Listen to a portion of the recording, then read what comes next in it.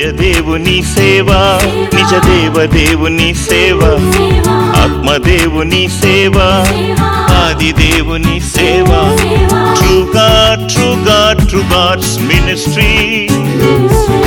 True God, true God, true God's ministry.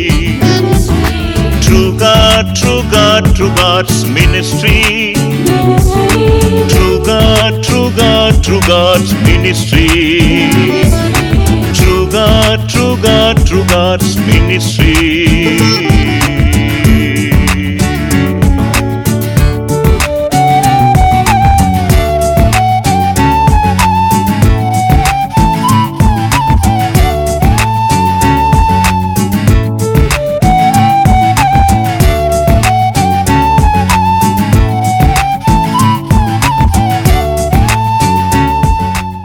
రెండంచుల ఖడ్గం అను మా TV కార్యక్రమాన్ని వీక్షిస్తున్న మీ అందరికీ క్రీస్తు పేరిట శుభాభివందనాలు. ట్రూ గాడ్ మినిస్ట్రీస్ వ్యవస్థాపకులు, ఆత్మల విజేత రెవరెండ్ డాక్టర్ వినాయకరావు గారు దైవ సందేశం అందిస్తారు. మీ సెల్ ఫోన్ సైలెంట్లో పెట్టి దేవుని వాక్యాన్ని వినండి. Praise the Lord. తిరిగి మరొక వారము మీ ముందుకు రావడం నాకెంతో సంతోషంగా ఉంది. ఈరోజు వాక్యము బైబుల్ ఫేర్వెల్, బైబుల్లోని వీడ్కోలు. వీడ్కోలు అని అంటే బాబాయ్ చెప్పి వెళ్ళిపోవడం. మరి బైబిల్లో కూడా అలా 3 విధాల ఆ యొక్క బాయ్ వీడ్కోలును మనం చూస్తున్నాం. ఏది ఈ లోకంలోనికి వచ్చినా ఎగ్జిస్టింగ్ అంటే వచ్చిన తర్వాత తిరిగి ఇక్కడి నుంచి వీడ్కోలు పలకవలసిందే. వీడ్కోలు అదేవిధంగా బైబిల్లో మనం చూసినట్టయితే రక్షకుడు కూడా, మన యేసు ప్రభువు కూడా వీడ్కోలు పలికినట్టు చూస్తున్నాం. అది ఎవరికి పలికాడంటే తన స్వకీయులకు, తను ఎన్నుకున్న వారికి, తను గుర్తించిన వారికి, తన్ని రిసీవ్ చేసుకున్న వారికి, తను ఇచ్చిన హామీని నెరవేరుస్తానని విన్నవారికి, లోబడ్డ వారికి వీడ్కోలు పలికాడు. ఈ వీడ్కోలు మనము లూకా సువార్త 24వ అధ్యాయము 50 నుంచి 53 మట్టుకు చూసినట్టయితే, ఆయన బెతనియా వరకు వారిని తీసుకొని పోయి చేతులెత్తి వారిని ఆశీర్వదించెను. వారిని ఆశీర్వదించుచుండగా ఆయన వారిలో నుండి ప్రత్యేకింపబడి పరలోకమునకు అహరోనుడాయెను. వారు ఆయనకు నమస్కారం చేసి మహా ఆనందముతో యెరూషలేమునకు తిరిగి వెళ్ళి ఎడతెగక దేవాలయంలో ఉండి దేవునికి స్తోత్రములు చేయుచుండిరి. Praise God. వారిని చివరిసారిగా తన స్వకీయులను ఆయన వీడిపోకముందు ఆయన వారిని బెతనియా వరకు తీసుకుని వెళ్ళి వారిని మొదటిగా ఆశీర్వదించాడు. తన తండ్రి యొక్క సేవను చివరిసారిగా ఆయన ముగిస్తున్నట్టు మనం చూస్తున్నాము. ఇక్కడ ముగింపుకు చూస్తూ ఉన్నాము. యేసు తన ఆరోహణమును అంటే ఎత్తబడుటకు ముందు ఆయన భూమి మీద చివరిసారిగా తండ్రి యొక్క సేవను జరిపిస్తున్నట్టు చూస్తున్నాము. ఆయన వారిని ఆశీర్వదించుచుండగా ఆయన వారిలో నుండి ప్రత్యేకింపబడి పరలోకమునకు ఆరోహణుడాయను. ఆయన తండ్రి యొక్క సేవను ముగించాడు. శిష్యుల యొక్క మనసు ఈ యొక్క నిజము, చనిపోయిన వాడు తిరిగి లేచి వారి ముందు నిలబడుట చూసి వారి యొక్క లేఖనములు అర్థం చేసుకునేలా తెరవబడ్డాయి. లిటరల్లీ వారు నిజంగా తండ్రిని చూస్తున్నారు, వారి ముందు కనబరుస్తున్నాడు. నేను నిజ దేవుడిని, దేవుని యొక్క అవతారాన్ని, దేవుని యొక్క కుమారుణ్ణి, నిజమైన రక్షకుణ్ణి, నేను చెప్పినవన్నీ నిజమే అని ఆయన వారి ముందు నిలబడ్డాడు. సజీవంగా తిరిగి లేచిన ప్రభువు వారి వద్ద నిలబడుట ఆయన దేవుని యొక్క అవతారమని, ఆరాధనకు పాత్రుడని ఆయన నిరూపించుకుంటున్నాడు. ఆనందము ఇంతకు ముందు వారికి కలగలేదు. ఎంతో నిరుత్సాహంతో ఉన్నారు. వారు కన్ఫ్యూజన్లో ఉన్నారు, తికమకలో ఉన్నారు, అర్థం కాకుండా ఉన్నారు. కానీ ఎప్పుడైతే ఇవి నిజంగా వారు అనుభవిస్తూ చూస్తూ ఉన్నారో వారు నిజంగా ఆనందపడ్డట్టు మనం చూస్తున్నాం. వారు ఎంతో ఆనందపడ్డారు. వారికి వెతకడం ద్వారా ఆనందం లభించలేదు. కానీ ఇప్పుడు యేసు ప్రభువు ఆరోహణుడవుట ద్వారా పరలోకమునకు తన యొక్క సేవను మొదలు పెడుతున్నట్టు కూడా చూశారు. అతడు వెళ్తూ ఆయనకు ఎన్నో ప్రామిసెస్ చేస్తూ వెళ్ళాడు. పరలోకంలో ఆయన ఏ సేవను మొదలు పెట్టాడో 1 యోహాను 2వ అధ్యాయము 1-2 వచనంలో చూసినట్టయితే, నా చిన్న పిల్లలారా, మీరు పాపం చేయకుండుటకై ఈ సంగతులను మీకు వ్రాయుచున్నాను. ఎవడైనను పాపం చేసిన ఎడల నీతిమంతుడైన యేసుక్రీస్తు అను ఉత్తరవాది తండ్రి యొద్దనున్నాడు. ఆయన్నే మన పాపములకు శాంతికరమై ఉన్నాడు. మన పాపములకు మాత్రమే కాదు, సర్వలోకమునకు శాంతికరుడై ఉన్నాడు. ఆయన first thing is going to be advocate there. ఉత్తరవాది, రాయబారి, నీకు నాకు. మొదటి సేవ ఆయన పరలోకంలో ఆయన చేస్తున్నది. ఎవరైతే ఆయన భూమి మీద ఉన్నప్పుడు ఆయనను అంగీకరించారో, ఆయనను స్వీకరించారో, ఆయనను కొనియాడారో, ఆయనను వెంబడించారో, ఆయనను ప్రకటిస్తున్నారో వారందరికీ, తన శిష్యులకు కూడా, తను ఎన్నుకున్న స్వకీయులకు కూడా ఆయన ఉత్తరవాదిగా ఉన్నాడు. ఆయన చేస్తున్న పని ఏంటి? పాపములకు శాంతికరమై ఉన్నాడు. మన పాపములకు మాత్రమే కాదు, ఏదో ఆయనను అంగీకరించిన స్వకీయులకు మాత్రమే కాదు, ప్రపంచమంతటికీ ఆయన శాంతికరుడై ఉన్నాడు. ఆయన యొక్క మొదట సేవ అక్కడ యేసు లోకరక్షకుడు మరియు పునరుత్థానుడు, ప్రతి పాపిని రక్షించి శాంతింపచేయువాడు. ఆయన శాంతి, పాపిని రక్షిస్తాడు, శాంతింపజేస్తాడు, మరి మంచి జీవాన్ని కల్పిస్తాడు, నీకు సమాధానం కల్పిస్తాడు. యేసు తన్ను తాను కనపరుచుకున్నాడు తన ప్రధాన యాజకుడని. Is an high priest. ఆయన కనపరుచుకున్నాడు. ఆయన చివరిసారిగా నేను నిజమైన హై ప్రీస్టును, మీకు ప్రధాన యాజకుడిని, పాపిని క్షమించి నిత్య జీవము నిత్య మార్గములో నేను పరలోక రాజ్యంలో తండ్రిని కల్పిస్తాను, అంతమటుకు నేను మీతో ఉంటాను, మిమ్మల్ని నడిపిస్తాను అని వాగ్దానము కనపరుస్తున్నాడు. యేసు తన పట్ల సాక్ష్యాన్ని కనపరుస్తున్నాడు, నమ్మకాన్ని కూడా వారికి ఇస్తూ పోతున్నాడు. వారిని దీవించాడు. తండ్రి యొద్ద చేరగానే నేను నా యొక్క ఆత్మను మీ యొద్దకు పంపుతానని అంటున్నాడు. కనుక మీరు ఇక దుఃఖించని అవసరం లేదు. అంతేకాదు, మీరు దిగ్భ్రాంతి చెందనక్కర్లేదు, మీరు ఆశ్చర్యపడనక్కర్లేదు. You need not be bewilderment. ఆ దిగ్భ్రాంతి చెందనక్కర్లేదు. వారు ఎంతో సంతోషముతో వారు యెరూషలేముకు వెళ్ళిరి. ఎంతో సంతోషంతో వారు వెళ్ళినట్టు చూస్తున్నాము. దేవుణ్ణి ఎడతెగక ప్రార్థించిరి. ఇక్కడ వాక్యంలో చూసినట్టయితే వారు ఆయనకు నమస్కారం చేసి మహా ఆనందముతో యెరూషలేముకు తిరిగి వెళ్ళిరి. ఎంతో సంతోషంతో. వారు ఇంతకుముందు అంత సంతోషంగా లేరు. జరిగిన సంఘటనల గురించి ఎంతో బాధపడుతూ ఉండేను వారు, విచారించిన వారు. తిరిగి యేసు ప్రభు లేచాడు కదా, మా మధ్యలో నిల్చున్నాడు కదా అని వారు విశ్వసించే లోపట ఆయన ఆరోహణమవడం, వీడుకోలు పలుకుతున్నట్టు చూశారు. తిరిగి నీరసం చెందుతున్నారు. కానీ యేసు ప్రభు ఇచ్చిన హామీని చూసి వారు ఆనందంతో యెరూషలేమునకు తిరిగి వెళ్ళి ఎడతెగక దేవాలయంలో వారు ప్రార్థన చేయుచు స్తోత్రములు పలుకుతున్నారు. ఎందుకంటే వారికి రావాల్సిన ప్రామిస్సు ఆ యొక్క పరిశుద్ధాత్మని మనం చూస్తున్నాం. విశ్వాసముతో ఆయనను అంగీకరించి ఈ లోకంలో మనమందరం బ్రతకాలి. ఏ విధంగా వారు విశ్వసించి ఆ యొక్క యేసు ప్రభు ఆత్మ కోసము వారు నిలబడ్డారో అదేవిధంగా మనం కూడా విశ్వసించి ఉండాలని వాక్యం మనకు తెలుపుతుంది. 1 పేతురు 1వ అధ్యాయము 8 నుంచి 9 వచనం చూసినట్టయితే, మీరు ఆయనను చూడకపోయిననో ఆయనను ప్రేమించుచున్నారు.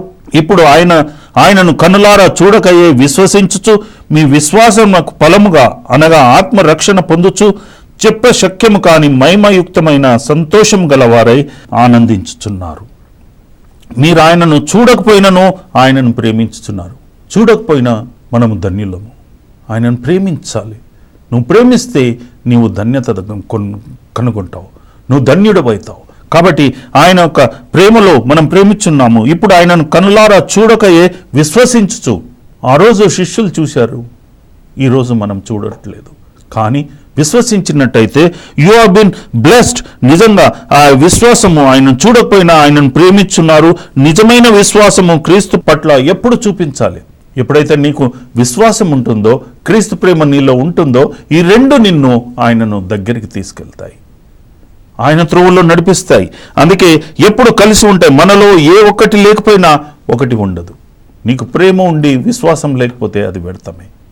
ఆయనను ప్రేమిస్తూ విశ్వసించాలి, విశ్వాసంతో ప్రేమ కలిగి ఉండాలి. అందుకే ఏది సాధ్యం తప్పకుండా విశ్వాసులకు ఆయన సన్నిధి చేసేలా ఆయన వాక్యము మనలో ఉంది. ఒకవేళ నువ్వు అనుకుంటున్నావేమో ఆయన మన మధ్యలో లేడు, ఎలా విశ్వసించాలి? ఎలా విశ్వసించాలంటే ఈ యొక్క వాక్యము ద్వారా ఆయనను విశ్వసించాలి. ఆది యందు వాక్యం ఉండెను, వాక్యములో జీవం ఉండెను, వాక్యమే శరీరధారి అయి మన మధ్యలో నివసించాడు. ఆ వాక్యమే, ఈ యొక్క వాక్యమే యేసు ప్రభు. యేసు ప్రభు నువ్వు నమ్మాలి అంటే నువ్వు వాక్యంను చదవాలి. అందుకే ఇక్కడ అంటున్నాడు శాంతికరమైన, మన పాపములకు మాత్రమే కాదు సర్వలోకమునకు శాంతికరుడై ఉన్నాడు. చెప్పశక్తిని కాని మహిమయుక్తమైన సంతోషము, ఆనందము మనం కలిగి ఉంటాం. ఈ వాక్యంలో ఆనందం ఉంది. ఆయన ఆత్మ ద్వారా మనలో ఉన్నాడు. ఇప్పుడు విశ్వాసము, సంతోషము, సమాధానము, దీవెనలు మరియు రక్షణని మనము అనుభవిస్తున్నాము. ఇలాంటి బ్లెస్సింగ్స్ మనకు దొరుకుతాయి. ఆయన చివరిగా వారి యొక్క శిష్యులను, స్వకీయులను దీవించి ఆయన వారి మధ్యలో నుంచి ఆయన ఎత్తబడ్డాడు అని మనం చూస్తున్నాము. ఆరోహణుడయ్యాడు. కనుక ఆయన పోతూ వీరికి ఎన్నో దీవెనలు ఇచ్చాడు, రక్షణ ఇచ్చాడు, మరి శాంతిని ఇచ్చాడు, సమాధానాన్ని ఇచ్చాడు, ఎంతో హామీని, ప్రామిసెస్ ఇచ్చాడు. మరి అదంతయు రాబో కాలంలో ప్రతి ఒక్కరూ చెందాలని, ప్రతి ఒక్కరూ అనుభవించాలని ఆయన యొక్క కోరిక ఉంది. ఆయన వీడుకోలు ఈ విధంగా ఈ లోకంలో నుంచి ఎప్పుడైతే మానవ అవతారంగా వచ్చాడో, మానవుడు తప్పకుండా ఈ యొక్క లోకాన్ని వదలాలి కాబట్టి ఆయన కూడా వదిలాడు. కానీ ఒక డిఫరెన్స్, ఆయన సజీవుడిగా తిరిగి లేచి వదిలాడు. అదే మనల్ని కోరుకుంటున్నాడు. మనము కూడా ఈ లోకానికి వచ్చాము సజీవులుగా. ఈ లోకం నుంచి వెళ్ళేటప్పుడు తిరిగి లేచి, చనిపోయినా తిరిగి లేచి మనము ఈ లోకానికి వీడుకోలు పలకాలని ఆయన కోరుకుంటున్నాడు. రెండవదిగా, భూమికి క్రైస్తవుడు అనే వ్యక్తి వీడుకోలు. క్రైస్తవుడిగా బ్రతికి మనము ఈ భూమికి బాబాయ్ చెప్పాలి. అంటే Christian farewell to the earth.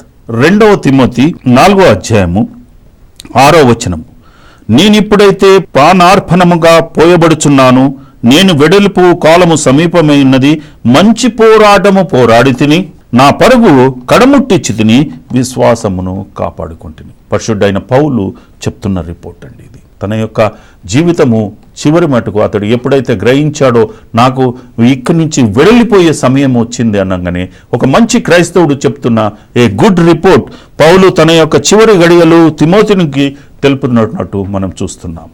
పరిశుద్ధ యేసు ప్రభు ఏ విధంగా తన కొరకు ప్రాణం పెట్టాడో, నేను కూడా యేసు ప్రభు కోసము నా ప్రాణాన్ని అర్పణగా అర్పిస్తున్నాను. ఒక యాగముగా, ఒక సాక్రిఫైస్గా నేను పనంగా పెట్టి నేను వెడలిపోతున్నాను. మంచి రిపోర్ట్తో పోతున్నాను.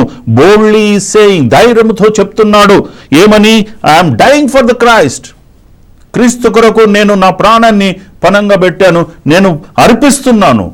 మరి Paul speaks about his departure, తన యొక్క వెడలిపోయే సమయం గురించి మరి అతడు చెప్తున్నట్టు మనం చూస్తున్నాము. డిపార్చర్ అంటే ఏంటండి? డిపాచింగ్ అంటే నువ్వు వెడలిపోవుట. ఒక ఓడ ఉందనుకోండి, దానికి యాంకర్, లంగర్ వేసి ఆపుతారు. ఎప్పుడైతే ఆ రేవు నుంచి అది వెళ్ళాలో ఆ లంగర్ను తీసిన తర్వాత అది మెల్లగా నడవడము, వేరే హార్బర్, వేరే రేవుకు వెళ్తున్నట్టు మనం చూస్తున్నాం. That is called dispatching. ఆయన డిపాచర్ అవుతున్నాడు. ఈ లోకంలో నుంచి నేను వెడలిపోయే నా క్యాంపస్, ఈ లోకంలో నేను ఒక యాత్రికుడిగా వచ్చాను, ఒక క్యాంపుకు వచ్చాను, ఒక ట్రైనింగ్లో ఉన్నాను. నేను నా ట్రైనింగ్ ముగించుకొని నేను ఇక్కడికి వెళ్తున్నాను. I'm leaving to a permanent place అనుకోవచ్చు. అదే తిమోతికి అతడు తెలుపుచున్నట్టు మనం చూస్తున్నాము. ఆయన 3 విధాలుగా తను తాను పోల్చుకుంటున్నాడు. మొదటిగా అతడు ఏం పోల్చుకుంటున్నాడు? I fought a good fight. నేను మంచి పోరాటము పోరాడి తిని. ఆయన 3 విధాలుగా ఒక సైనికునిగా అతడు తను తాను పోల్చుకుంటున్నాడు. ఒక పందెములో ఒక ఆటగానిగా పోల్చుకుంటున్నాడు. 3వదిగా ఒక ఫెయిత్ఫుల్ సర్వెంట్, ఒక అధికారిగా తను తాను పోల్చుకున్నట్టు మనం చూస్తున్నాము. ఈ యొక్క లోకములో నేను యేసు ప్రభు కోసము నేను ఒక సైనికుడిగా పోరాడాను. ఈ కమిటెడ్ టు హిస్ మిషన్, ఆయన యొక్క సేవ కోసానికి తన యొక్క జీవితాన్ని అర్పించినట్టు చూస్తున్నాము. ఈ ఫాట్ ఏ గుడ్ ఫైట్. ఎన్నో థ్రెట్స్, ఎన్నో బెదిరింపులు వచ్చినా అతడు ఎదుర్కొన్నాడు. అదే మరి ఎన్నో శత్రుత్వంతో అతనికి ఎంతో ఆటంకాలు, అడ్డగింపులు, కష్టాలు కలిగించిన, నష్టాలు కలిగించిన వాటిని అన్నింటినీ ఎన్నుకున్నట్టు మనం చూస్తున్నాము. ఆ యొక్క ఫైట్ ఎలాంటిదంటే ఇట్ వాజ్ వర్ది, విలువగల ఫైట్. విలువతో నేను పోరాడాను. ఏ హానరబుల్ ఫైట్, ఒక గౌరవతో పోరాడాను. ఏ నోబుల్ ఫైట్, ఒక ఘనమైన పోరాటాన్ని నేను పోరాడాను. అదే చివరిగా ఏ కమెండబుల్ ఫైట్, అంటే మనం మెచ్చుకోదగిన పోరాటాన్ని పోరాడాను. మీరు కూడా అదే విధంగా పోరాడాలని తిమోతికి చెప్తున్నాడు. నేను వెళ్ళకముందు నీకు మంచి రిపోర్ట్ ఇస్తున్నాను. He struck to the mission till to the end. ఆ యొక్క పోరాటంలో ఆయన యొక్క సేవను వదలలేదు, ఆ యొక్క పోరాటాన్ని వదలలేదు. ఆయన యొక్క సేవను చివరి మట్టుకు నేను మంచి పోరాటంతో పోరాడాను అని ఆయన రిపోర్ట్ ఇస్తున్నాడు. ఆ యొక్క వీడ్కోలులో అతడు పలుకుతున్నాడు. అందుకే he says fought a good fight. అందుకే అతడు అంటున్నాడు, నేను మంచి పోరాటాన్ని పోరాడాను. మీరు ఒకవేళ క్రైస్తవుడిగా ఈ యొక్క లోకంలో జీవిస్తున్నట్టయితే ఏంటి, దేనికోసం పోరాడుతున్నారు? నీ యొక్క కోరికల కోసమా? నీ జీవము సుఖంగా ఉండాలన్నా, ఆరోగ్యంగా ఉండాలన్నా, సంతోషంగా ఉండాలన్నా, మంచి కుటుంబం కలిగి ఉండాలన్నా? కాదు. పరిశుద్ధుడైన పౌలు ఆ విధంగా పోరాడలేదు.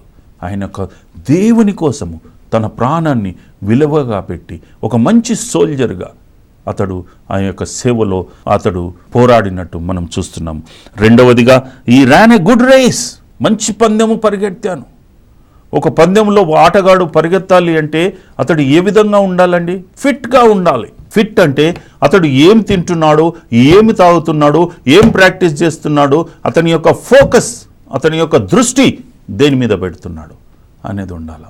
ఆ యొక్క దానికి క్వాలిఫై కావాలంటే, దానికి ఫిట్ సరిపోవాలంటే అతడు సరి అయిన జీవితము జీవించాలి, సరి అయిన ప్రాక్టీస్ చెయ్యాలి. అందుకే నేను ఒక మంచి ఆటగాడిగా నా పరుగును కడవరకు ముట్టిస్తుంది. కడవరకు అంటే చివరి మట్టుకు, ఎక్కడనైతే అది ఫినిష్ అవుతుందో అంత మట్టుకు నేను పరిగెత్తాను, నేను ఫినిష్ చేశాను, నా రేస్ని ఫినిష్ చేశాను. ఆయన ఏమి తింటున్నాడో, ఏమి త్రాగుతున్నాడు అనేది ఆటగాడు చూసుకోవాలి. ఎక్కువగా తిన్నా అతడు ఆట ఆడలేడు, తక్కువగా తిన్నా బలము సరిపోదు. ఏమి తాగుతున్నాడు, ప్రతి ఒక్కటి ఆయన యొక్క బాడీని ఫిట్గా పెట్టుకోవాలి. సరిపోయింది ఆ యొక్క పందెమునకు సరిపోయేటంత ఆయన ఆ యొక్క శక్తిని పెట్టుకోవాలి. ఆ యొక్క మరి దృష్టి మళ్లించిన ఆయన ఎన్నడూ ఈ లోకము సైడు, లోకంలో ఉన్న థింగ్స్ సైడు, ఆ యొక్క వస్తువులు కానీ, ఏ యొక్క కోరికలు కానీ, దేని విషయం కానీ అతడు చూసినట్టు మనం చూడట్లేదు. ఎందుకంటే ఆయన ఒకవేళ ఆ విధంగా చూసినట్టయితే ఆయన పందెములో డిస్క్వాలిఫై అయిపోతాడు. ఆయన గమ్యములు చేరలేడు, ఆయన దృష్టి మళ్లించలేదు. ఆ యొక్క పరుగు మీదనే ఆయన దృష్టి పెట్టుకున్నట్టు మనం చూస్తున్నాము. చివరిగా ఆయన ఏమంటున్నాడు, అండ్ ఈ కెప్ట్ ద గుడ్ ఫెయిత్. నాకు అప్పగించిన సేవ, అధికారం ఇతరులకు నేను ఏ విధంగా పంచాలి, ఇతరులకు ఏ విధంగా నేను ఆయనకు పోరాడి తిని విశ్వాసమును కాపాడుకుంటుని. విశ్వాసం, ఈ కెప్ట్ ఏ గుడ్ ఫెయిత్. ఆ విశ్వాసముతో ఆయన లాభము దొరుకుతుందా దొరకదా అనేది అది పక్కకు పెట్టి విశ్వాసముతో పరిగెత్తాడు. చివరికి నాకేదో ఒక లాభం ఉంటుంది అని ఆ యొక్క గురిని పెట్టుకొని ఆయన ఉరికినట్టు మనం చూస్తున్నాము. ఈ పందాన్ని ముగించినట్టు చూస్తున్నాము.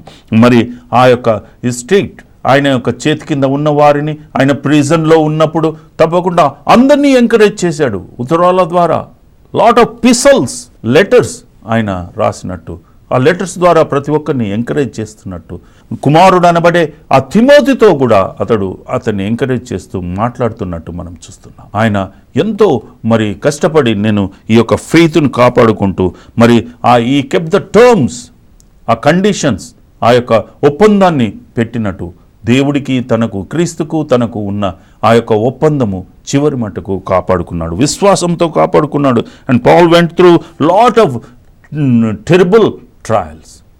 ఆయన మిషన్ కంప్లీట్ చేయాలంటే విశ్వాసంతో ఎన్నో టూర్స్ చేశాడు, విశ్వాసంతో జైలుకు వెళ్ళాడు.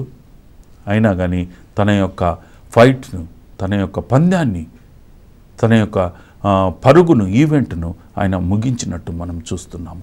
అంత గొప్ప క్రైస్తవుడు మనకు కనబడడు. అందుకే చివరిగా 8వ వచనంలో చూసినట్టయితే అతనికి unbelievable reward, A crown of righteousness. ఆయన ఎన్నడూ కనివిని ఎరగనటువంటి, పొందుతాడని నమ్మకం లేనటువంటి ఆ యొక్క రైచస్ నీతి కిరీటము అతనికి ఇవ్వబడింది. Farewell to the earth. ఆ విధంగా ఎవ్రీ క్రైస్తవుడు, ప్రతి ఒక్కరూ మనము ఆ యొక్క అటువంటి విశ్వాసముతో ఉండే ఆ యొక్క పందాన్ని మనం పరిగెత్తాలి. నీవు నేను అటువంటి రిపోర్ట్ కలిగి ఉన్నామా?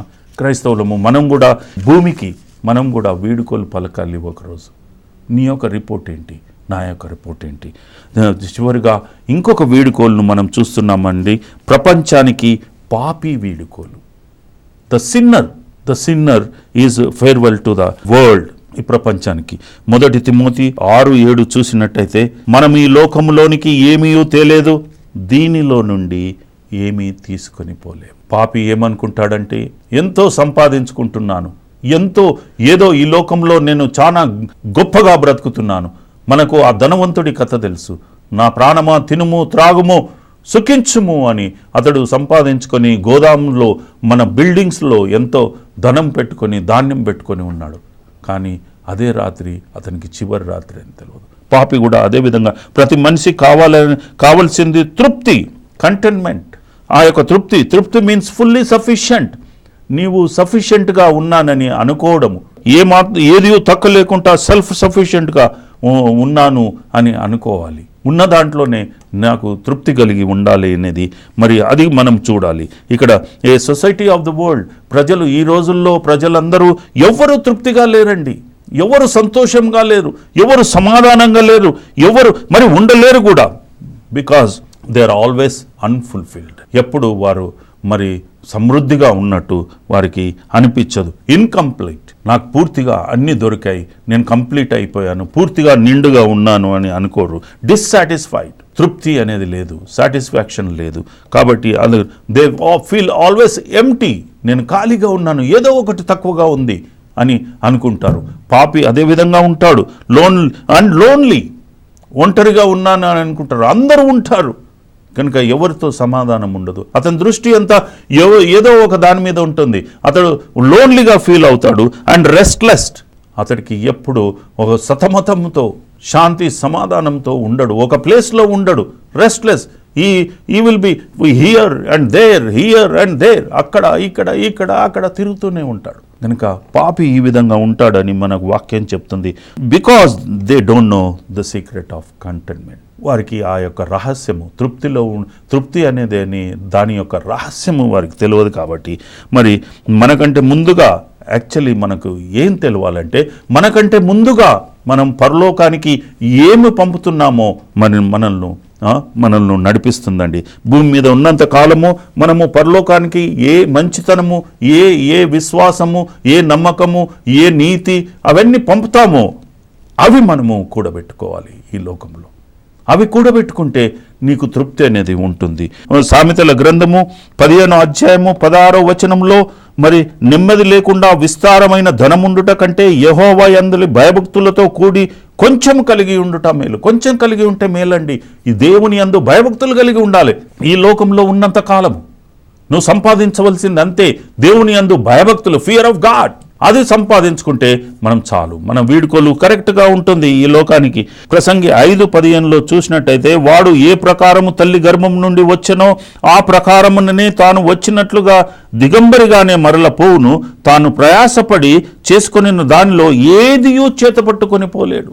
మనము ఉట్టి బట్టలు లేకుండా దిగంబరిగా మనము తల్లి గర్భంలో నుంచి వచ్చాము, దిగంబరిగానే పోతాము. చిన్న ఇన్సిడెంట్ మీకు చెప్పాలి, జరిగిన ఇన్సిడెంట్.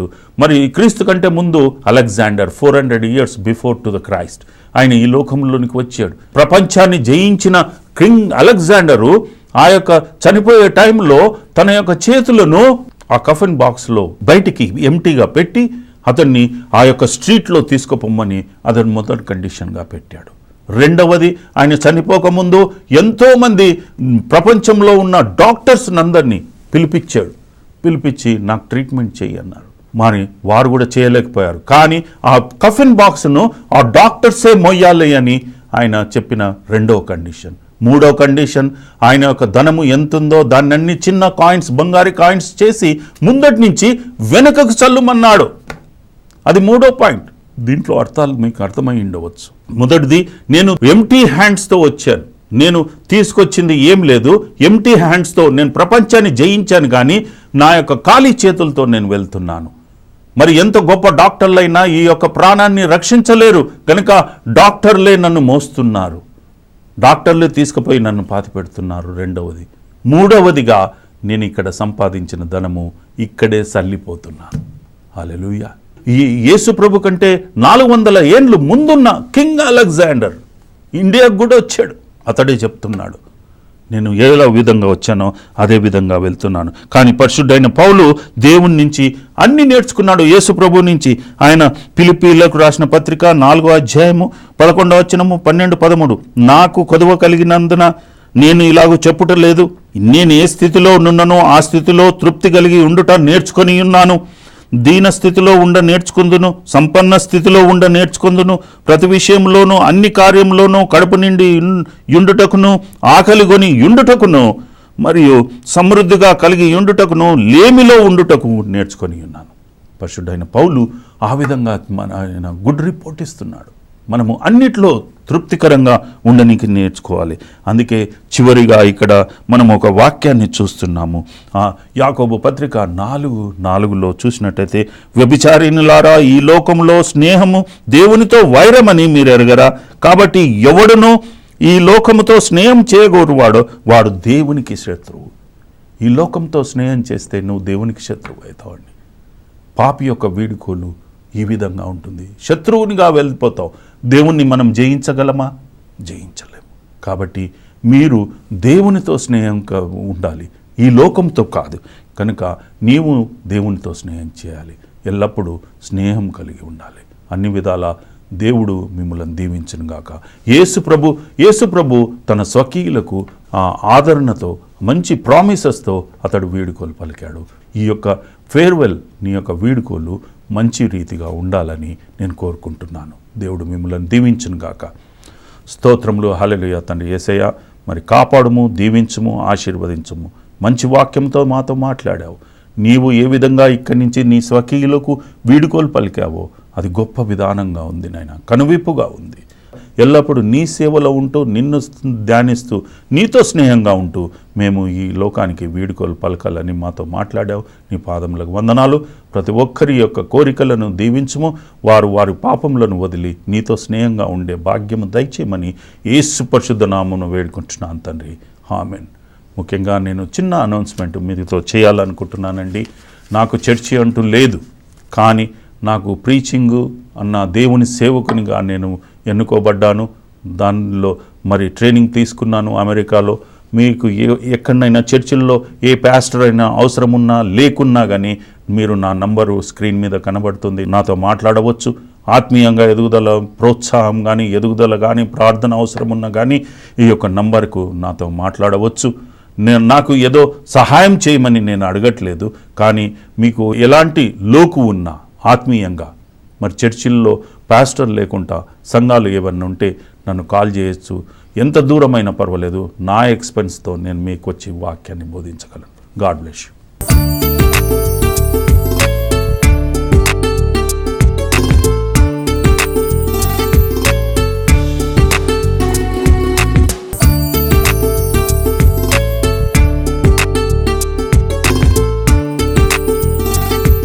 ప్రత్యేక ప్రార్థన కొరకు మమ్మను సంప్రదించవలసిన మా సెల్ నంబర్లు 8790743911 మరియు 9705519434.